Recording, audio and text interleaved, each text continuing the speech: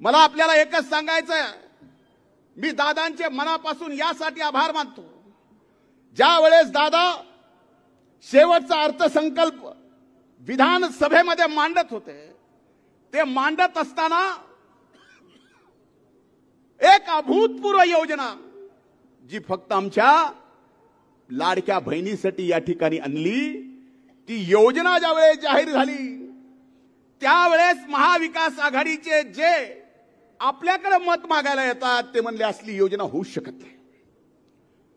त्या लाडक्या बहीण योजनेवर एवढी टीका केली, ज्यावेळेस पहिला हप्ता गेला याच्यावरही महाविकास आघाडीचे काही नेते गप्प बसले नाहीत. ते म्हणले लवकर काढून घ्या, ह्यांचं काही खरं नाही. म्हणजे आमचं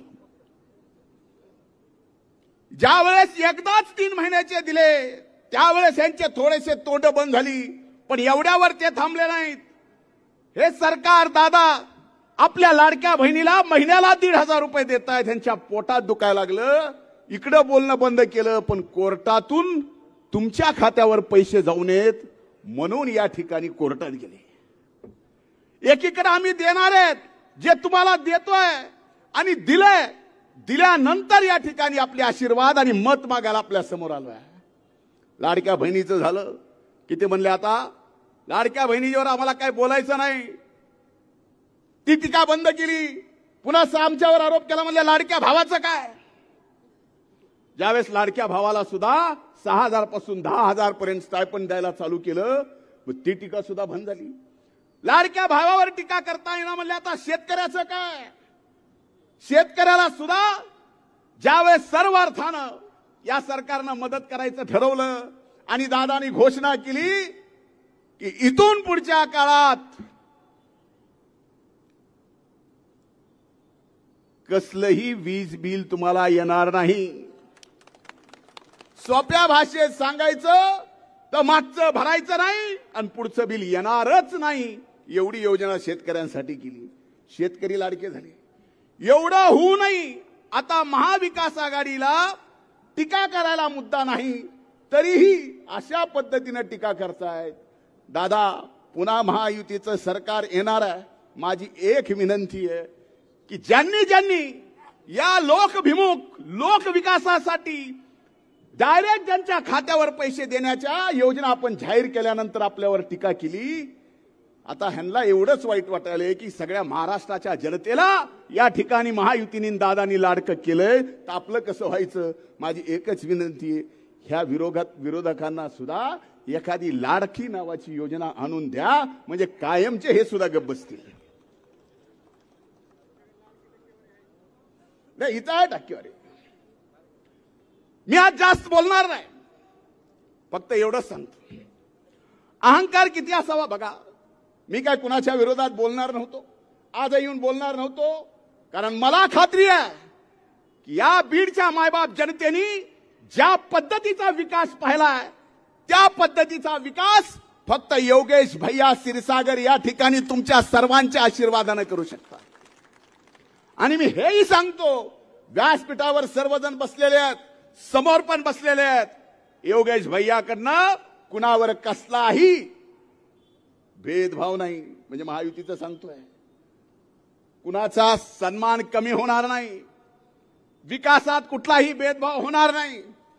या गोष्टी जबाबदारी त्यांनी घेतली आणि दादांच्या समोर ही जबाबदारी मी सुद्धा घेतली, याचं वचन आज आपल्या सगळ्यांच्या समोर झालं. मला सांगा, आता ही सगळी परिस्थिती झाल्यावर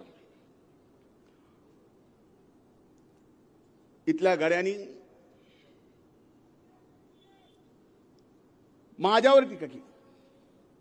काय कारण यायचं तर परळीत येऊन करावं, काय हरकत नाही. इथं काय निवडणूक तिथेही चालू, मी उभा आहे. नाव घेतलं नाही, एका पिक्चरचा डायलॉग मारला,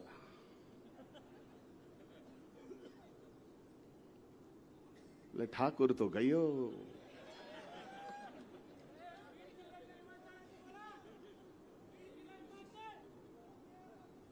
विमान कोणाचं लँड करायचं सांग, विमानतळ लगेच चालू करतो.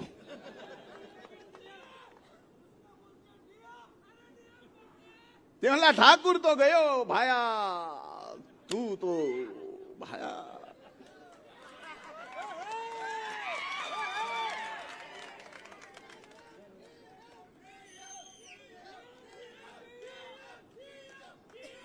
मी आज जास्त यासाठी बोलणार नाही की माझी इच्छा आहे की आज या बीड शहरात मला माहिती आहे, बीड शहरात असेल, बीड विधानसभा मतदारसंघात असेल, जे काय अभूतपूर्व विकास या ठिकाणी ज्यांच्या हातून झाला, मग दादा असतील, जयदत्त अण्णा असतील, डॉक्टर भरतभूषण क्षीरसागर साहेब असतील, इथं मान्यवर नगरसेवक बसलेले ते असतील, मागच्या 1 वर्षापासून योगेश भैया असतील, याच्या पलीकडे सांगा कुणी 1 रुपयाचा तरी विकास काही केलाय का? दादा, आमची भूक ही फक्त पाण्याची आहे.